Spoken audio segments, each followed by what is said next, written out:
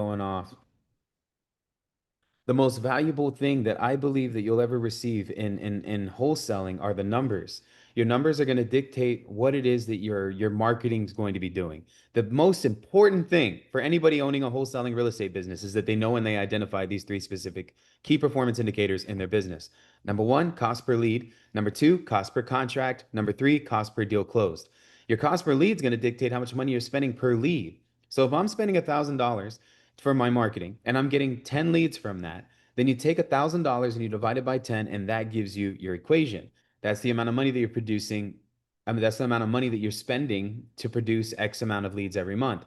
So $100 per lead, that's our KPI for cost per lead. So if out of 10 leads from that $1,000 marketing spend, now understand this is a span within 30-day period of time. Out of 10 leads from $1,000 marketing spend, let's say you and I get two contracts.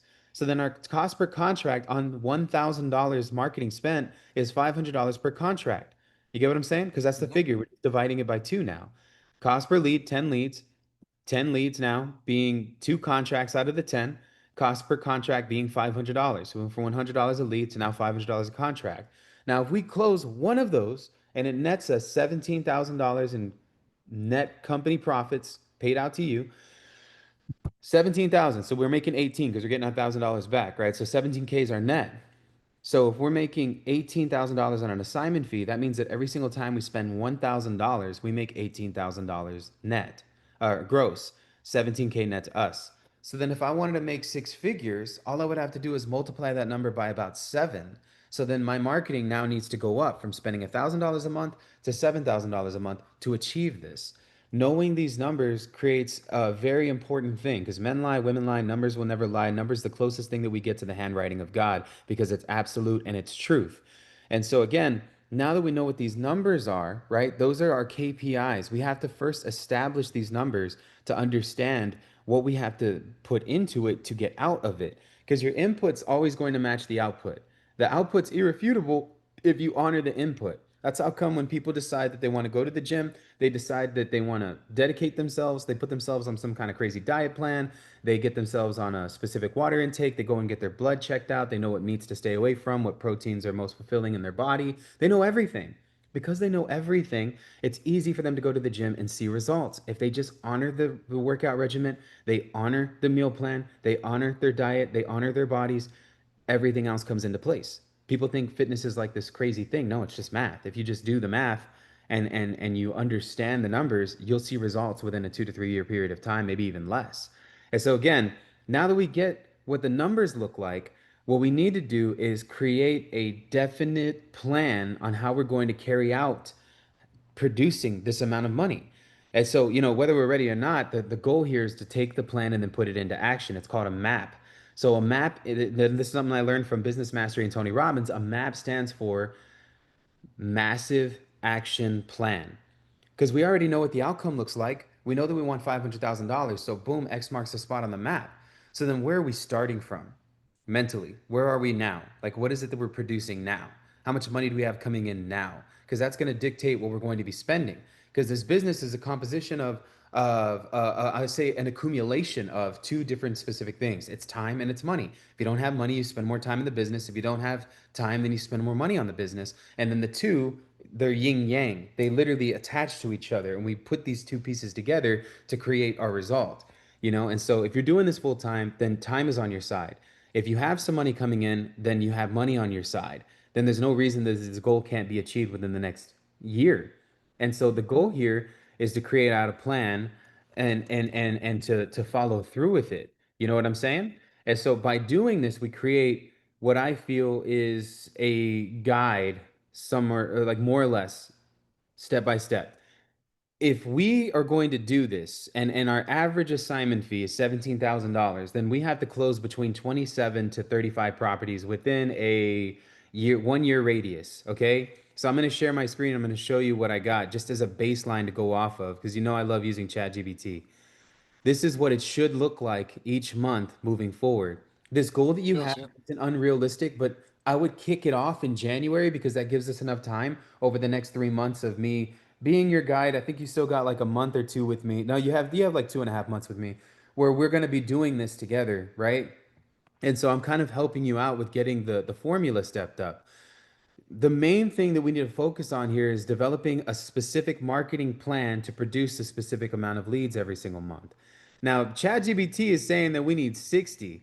So with just the service that I offer on a high tier, you get probably half of that, which if this number is right, you would be looking at about 15 leads per week. Now, generating that is a little bit, it's dependent on you. What's great about this is that these are basic numbers for people who only understand wholesaling. I feel like your equation numbers are going to be a lot more different, but that's going to be for you to Correct. to handle. So if 10% of cold call contacts become leads, then you'll need about 150 quality conversations a month. Hmm. That's 7 to 10 talks a day. 5 day work week. So that's Monday through Friday, right? And this is one of the ways that you can get this thing off of the ground here is by figuring out a way to create a web. The reason why I'm able to do deals at the volume that I have it at, I have to tell you, bro, with full blown honesty, it's something I wish I would have done at the beginning, is brand. Because I have a brand, people like yourself, they come to me for advice. They want to they want me to help their businesses. I have 4 joint venture partnerships going on currently that are pumping about a contract a month. Of those contracts that I'm getting in each JV partnership, I'm closing about, I'd say, 2 or 3, 4 deals on top of what I typically do every quarter. Now, personally, I'm doing between 1 to 3 every 2 to 3 months. Not even anything crazy, but because my marketing strategy is different, I go after the hard to close deals. My average deal size is over $70,000. Yours might not be that if you're focusing primarily on wholesale.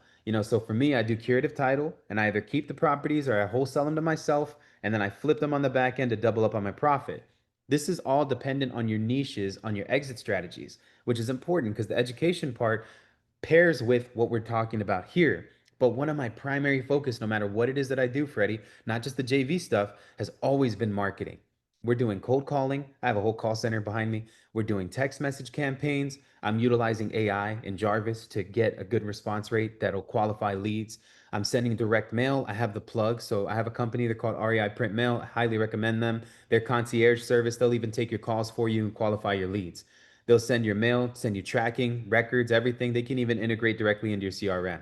So I love this company. Although mail might be a little bit expensive, I stick to postcards. So postcards about 20, 30 cents per postcard if you're sending about 1,000 to 2,000 mailers at once. I do this twice a month.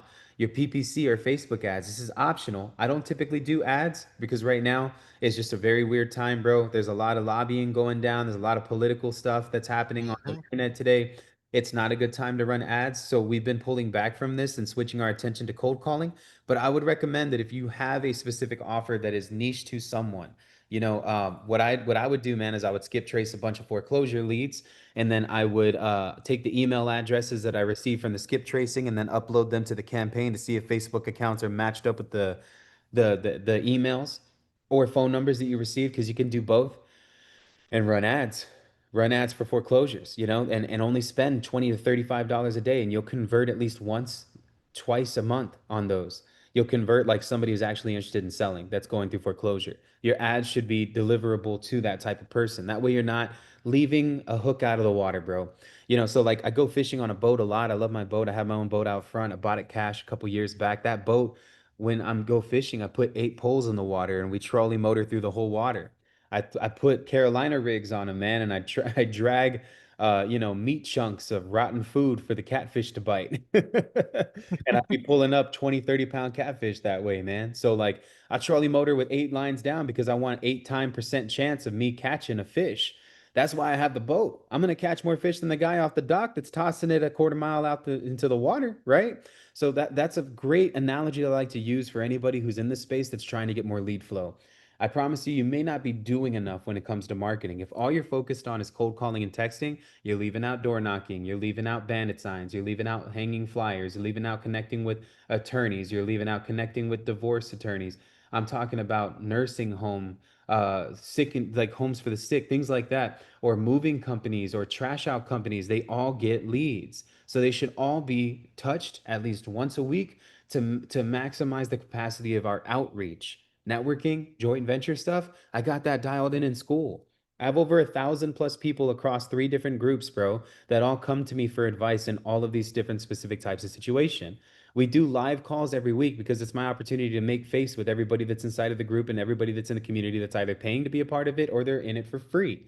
This gives me the opportunity to meet people and partner with other JV wholesalers to fulfill my lead count and what I do outside of my business per month. This gets me guaranteed 2 to 3 deals closing every single month. And I'm taking everything that I do and putting it all in one. I'm not separating my personal business from what I do in JV. I'm not separating my JV from what I do out in the novation world or realtor referrals that I work with either. This is everything in one. And so it's a great way that you can kind of expand the map on what you're doing, expand the net on what you're doing in your marketing. But the main thing here, and this is the biggest part, is knowing what your budget looks like. So if we're talking about really getting this thing going, either we spend the money to do this, or we save and we conserve and we figure out a way to not bust out all of those funds. But you don't have to worry about this anymore because Deal Machine gives you 100,000 skip traces a month now for like $230 on the elite plan. It's like 300 a month. I think deal machine's at 119 and it's like unlimited. It is, but you can only export 10,000 records. That's the thing. But if you're niche down, then that don't matter. You don't gotta spend Yeah. on no skip tracing every month. Your CRM typically about $97, so that's another expense. If you're using a dialer, I get it for 150. Other people spend 297. So like for me, this is kind of budgeting based off of what I fed ChatGPT before, but the dialer is more expensive than this. A VA cold caller is going to cost you about $600 a month, or you batch all of this together and you pay a service that's concierge. Direct mail and ads are the only two things that you really can't cut, bro. Like those, you want somebody really running that for you. We I do think both. eventually, once I've got one or two deals out of the way, I am going to start doing the direct mail. Direct mail to me has just been consistent. It The only, is. You have to the be only thing, consistent for the only money. thing, the only thing is just like the response rates has dropped down over the years. Not even, bro. It just depends on who you're sending the mail to. That's the killer. A lot of Okay. people think the direct mail is dead, but they don't know how to send it. Best way to send direct mail, bro, is to senior owners that are behind on taxes. That's the best way to send mail. I do it every year in the first quarter of the year. It's the best way to do it. You can go to the tax office right now, bro, and you can get a list of properties that are delinquent in taxes that you can sort through. I'm not sure exactly how your county works, but typically you just go down there with the cashier's check. $50, $100, something like that, written out to the tax collector or the tax treasurer, and you just request the 2025 or 2024 tax roll. They should have 2025 already. They don't get it until August of the year. So August was last month. We're already 30 days, 40 days, 60 days past that, right? So when we put that in perspective, they might already have that. If they have that information, then you ask for it in CSV format. It's called the tax roll. And if Hmm. you get your hands on this tax roll, bro, you get multiple different lead types in one thing. Check this out. I'm gonna show you real quick what it looks like on my end so you can get an idea. Because I already have the list. Let me show you. Oh, you already went and got yours? Yes. And bro, I mean, I'm on it. I'm on it. Like I do this. You know what I'm saying? So for me, the tax roll is how I'm able to get a lot of leads, but not just any lead. I'm looking for niche down specific leads that I utilize for my real estate business. So let me show you what I'm talking about. I'm gonna pull it up real quick and then you can get an idea. San Antonio 2025 campaign, code enforcement, water damage. Code enforcement leads and water damage leads need to be pulled every single month, no matter what. Just FYI. You got to create like a list pulling schedule for yourself too if you're going to be doing the marketing the way that I would hope that you would. There's just so many moving pieces to dial in on. But the main thing is getting the net set up. Not the rig, not the one pole in the water, the net. And then having a constructive way that you put it together. So like for me, I use this thing, it's called a marketing system. Let me pull it out real fast and I'll show you what I'm talking about. Yeah, you showed it to me. Look, I think wholesaling is great, but I want to go after that's the only reason why I reached out to you was to learn what do you call it? To fix the title? What's the word you use? Curative title. Curative title. That's why I came to you to learn the curative title. That's a case by case thing though. We have to find one. Those are like because each one's different, bro. Like you can't you I'm not saying that you can't teach it because you can, but from experience is so much better because every house is different. Yeah, I'll give you an example. So yesterday I got a call from a friend of mine. His name's Fernando. He's the owner of a business here in town called Harvest Cuisines. I do video content for him. I'm always over there shooting content of his food. So, I'm a content creator. I help other content creators here in San Antonio too. And he gives me about 15 meals a week, which I love, so having free food, one less thing. Now, he had called me because he had told me that he got a letter in the mail from MERP. His dad just passed away 2 months ago. Super unfortunate. He died of cancer. So it was a pretty big deal. Now, when I talked to him, he was telling me that he received a letter and he was wondering if the house had even been transferred because it was written out to his father. And so I asked him what the top of the letter said, and it said it's Medicaid Recovery Program, which is MERP. And so they were coming after whoever the heirs of the estate are because his dad was on Medicaid getting medical benefits for like the last 3 years of his life, dialysis and everything, bro. Just because the government's paying for it doesn't mean the government ain't gonna come back for the money. If you get that type of benefits, they put those benefits against an asset, aka your house. And I had no idea. MERP ain't gonna put a lien against the property, but that does linger over anybody who owns it. The title company will find that because they always request from MERP or Medicaid if there is any type of outstanding balances or debt before they transfer title to the property. So I asked him, Is there a way to go after all these burnt properties? oh man, that's the thing. That's You know what just I not mean? the case. And that sucks. But those are medical records. Medical records Yeah. are one of the only HIPAA. documents that aren't public, which Yeah. sucks, right? But it's also part of I wouldn't want somebody knowing my health stuff, right? So like really putting that out there. But I think that what I've learned was so talking to him, he was asking me, is like, is there anything that I can do? Is there something I can do? I said, well, did you inherit this property? Did your dad have a will when he passed away? He said, well, first belonged to my mom, and then my mom died, and she gave it to my dad, and then my dad died a couple years later. And I'm like, wow, okay, so all of this had already been done. And he said, yeah, but let me tell you what happened. My tia got in my dad's ear, his dad's sister, saying, hey, let me move in and I'll take care of you, and then you can give me the house, and I'll give you $100,000. So that's exactly what happened. She pulled out $100,000 cash that she had saved up throughout the years. Because we're talking about a 60-year-old woman. Obviously, that is somebody who's saved up money for a very long time. Old school Mexican stuff. That exists here in San Antonio. So cash. They had him sign the deed over to his sister, and that was it. And then he gave everyone a portion. So his dad only kept like 40, and he gave 10 to each of his children, which I believe he had about two or three children. So there was a lot of money that was distributed. My guy, who's the meal prep dude, got his piece, right? And so I said, that's weird. So why would she go that route versus buying it at a title company and then putting a purchase agreement against it? She literally gave this dude 100K cash, and homeboy gave his sister the deed. That is an abstract form of title. You didn't go through a title company. You have no insurance in the title of that property. So Medicaid saw that he had been passed away because they had to update everything. He had already turned in a death certificate. Mexicans, bro. We don't know exactly what in San Antonio is very common for Mexican culture to be uneducated about specific things like this, right? And so we didn't know exactly what was needing to be done, right? So they just turned in the death certificate and that was it. They're thinking, okay, my sister owns it now, it's her problem, all that stuff. Bro, what they did right there was illegal. You cannot close over a property like that when there's lingering debt in the way, because that's going to be a lien against that house. She can never refinance that property because the bank will look those things up. She bought that house outside of a title company, so she doesn't even have actual title insurance policy against the home. She has what's called an abstract of title, and although she did receive a general warranty deed, anybody can do that. I can give you a general warranty deed right now, Freddie. Like, I can give you the deed to my house, bro. But if you don't know what's lingering on me, I could have bypassed a crap ton of debt. What if I have a judge Yeah. against me? What if I have unpaid medical debt for my heart condition against me? What if I have all these things? And so I told my boy Fernando, I said, bro, you just dodged a bullet. Because you would have had, if you guys would have done it the right way and you would have done the inheritance route, and that would have been his property that he owned, and all of you guys had to do all of this stuff through probate, you would have been liable for that debt. That stuff affects your credit, bro. That stuff affects a lot of things.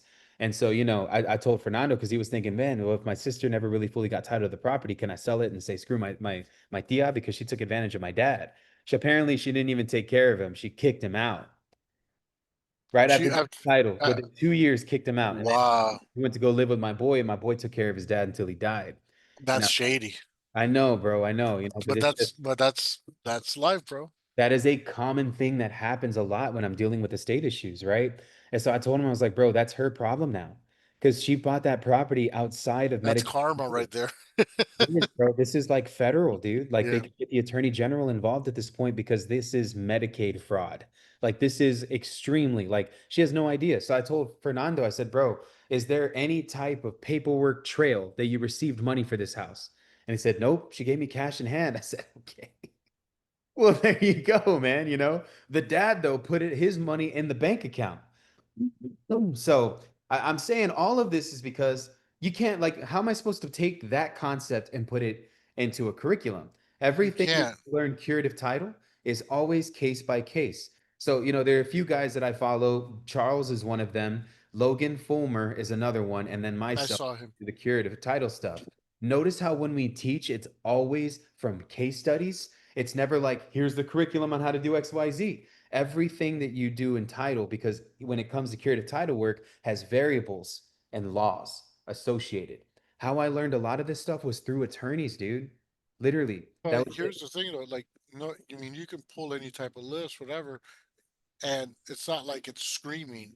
So like you said, it's on a case by case basis as you start having conversations with which people. is why it typically the way the coaching goes, and just so that you know, like number one, I go over marketing. Number two, I go over fulfillment, which is actual closing of one of these specific types of deals that are part of the cheat code strategy. And then three, I go over disposition. And then four, we go over system and structure so that we can keep this going. Because what we need is proof of concept. So the way that we do that is by throwing out the net.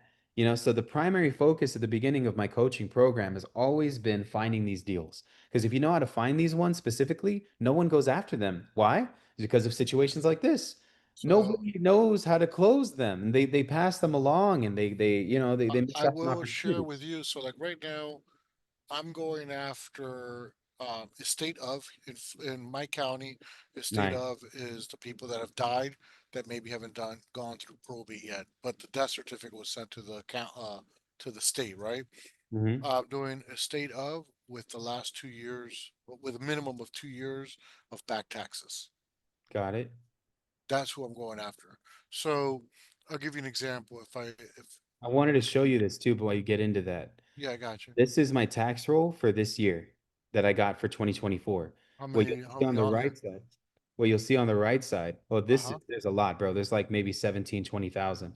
Okay. What you'll see on the right side is the amount of money that they owe in taxes.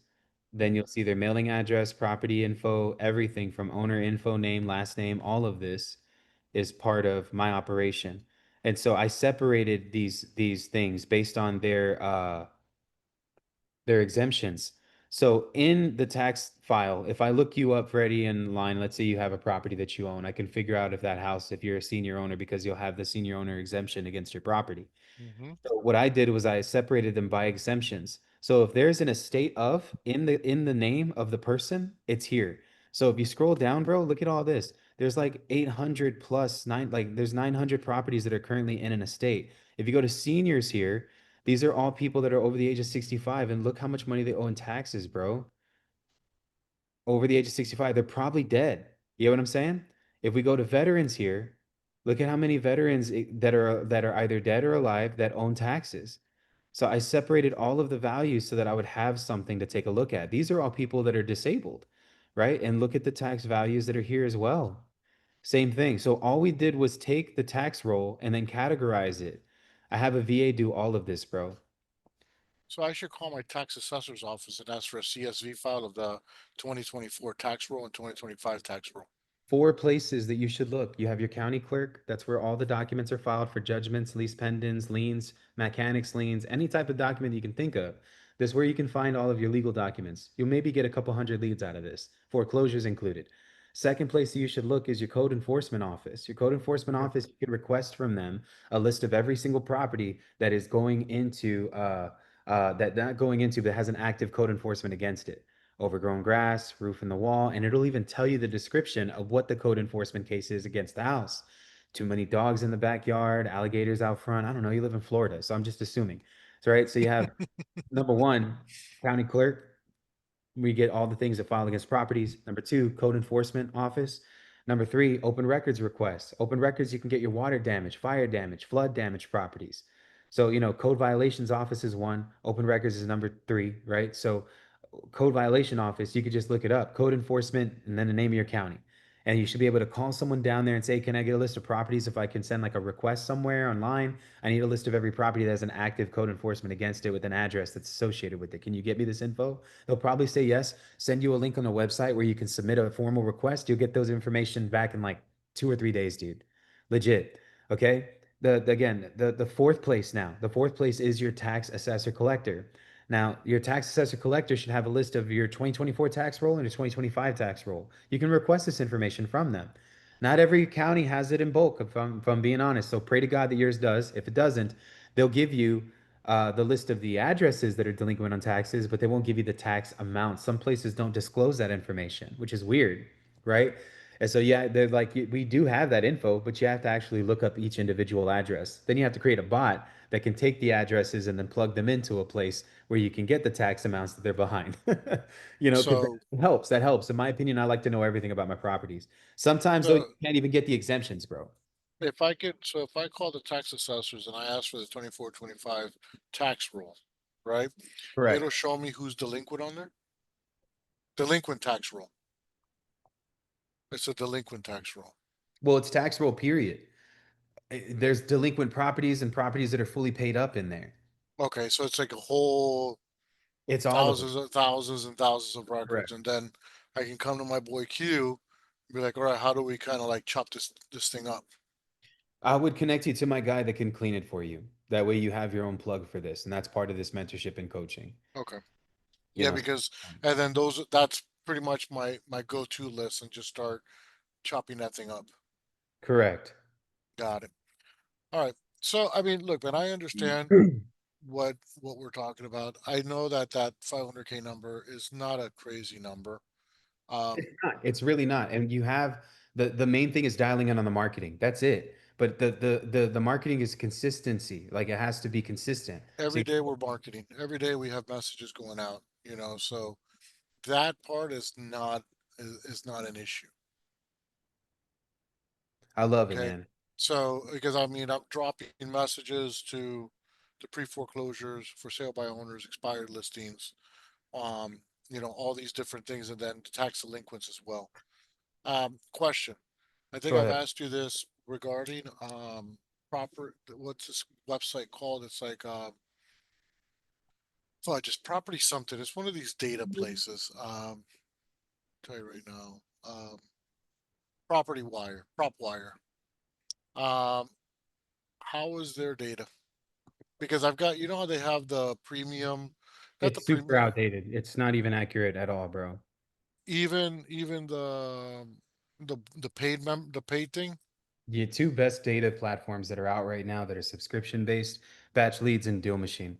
I'd say that among all of them, those are the two that are the best. All right, let me just stop eating. And then that's the pull list, and then obviously you have the skip tracing Correct. as well. That's for the skip tracing part of it. What I would focus on this week, bro, is getting your lead sources together. Got it. Not talking about softwares, but I would say this week, while you're marketing and doing everything that you're doing now currently with what you already been doing, that's not bad. Don't take away from that. What I'm saying is what we need to do is we need to dial in on the most effective ways to find real estate deals. And my friend, that has always been the county, right? And once we pull all of these records, then we can create a list pulling schedule for how often we get this data. It should be every month, every quarter, bi-yearly, or yearly that we pull specific data. And if we can find it in our county and find it in our backyard, I'm sure you know your backyard more than I do. So to me, that's going to give you the biggest bang for your buck. Too many people out here preaching virtual, virtual, virtual, virtual, virtual. Bro, it's never been that. It's about quality of lead. That's what it's about. So like to me, bro, you're gonna find the biggest bang for your buck figuring out your county stuff. If you can figure that out, then all these other things come into place. You're gonna be able to get deals at like 10, 20 cents on the dollar, bro, because you dialed in on this. So that's my recommendation. So like 500K within the next 12 months, it's totally possible, but it's gonna depend on what you actually know in your backyard. Most people All right. don't teach this stuff. Everybody teaches to get a software, get a system because they get paid to tell you to do that. I'm not gonna do that to you. I'm going to tell you exactly what I use. I use Deal Machine. I use Batch Leads. Those are my two platforms. My dialer is Batch Dialer. For Jarvis, I built my own CRM. It's Go High Level, but it's a white label build for what I use. and it fits what I'm doing, right? I actually use all the stuff that I talk about. Most people don't. They just tell you to sign up for it. So, I sent you, I sent you and Lexi four new spreadsheets that Yes, just I need to be received them. scratched. Yeah, but now I'm also going to start marketing to them on my end as well. Go on ahead, brother, double it up. I'll be hitting them myself as well. But my team will be in there and doing that. So we'll get those skip trays for you and load it up into our dialers. We'll start blasting through them and sending text messages as well. Question for when you upload it the way I sent it to you, which is the format that you showed me, the deal machine gives you the seller's name and information, right? Yes. Seller's name. Okay, cool, cool. Can I put all of these into one master sheet, bro? You can absolutely. Okay. I broke it up for you just to make it easier. You know what I mean? Because it was different counties. But at the end of the day, it's all Florida. As long as I know that all of them are a part of what you're doing, then that's fine. Yeah, Man, it's exciting, bro. I gotta hop off this call, my friend, and I get ready got you. for my next. But this was All right. insane, and I hope that we've figured some things out today. But the plan of action for the week, so I can give you some homework. Go into the county, figure out the specific lead sources that you can pull from the clerk that are worthwhile. That's one I have them. piece. All good. We'll figure it out in time. The second piece is the code enforcement office. Give them a call. Ask them about how to attain the records every month. You get that every month, FYI. Second place is open records request. That's where you get your water shut off, utility shut off, fire damage, water damage, flood damage. You need those. Those are very important. You stack those against everything else. Then the fourth list, which is your tax roll. Your tax roll, you want to pull it 3 times a year. First quarter, you're going to do it on the first of the month, like the first of the year. You're going to do it again on the third. Sometimes the data gets updated. I don't know how your county works. We're going to have to figure that out. I know mine, but that's how mine works. And then again in August. August is when they'll have the current year's tax roll from January to August. Okay. So you'll see who's actually paid up and who isn't. And you should be able to get this information in bulk. And again, you want the full tax roll, not just the delinquent tax roll. You'll confuse them. They'd only know one tax roll. They're going to say, okay, the tax roll. So you say delinquent, they're gonna be like, what the heck is that? They've never heard of that before. They don't even know what that is. Know this, that when you go down there, you're gonna be talking to people that are not real estate people that don't even know their own job. Okay, so a lot of these people never even heard of some of the information that you're requesting. So you want to talk to the right department, push and push until you speak to a supervisor, bro. Here, let me Okay. pause the recording on this though. Let me ask you a question. On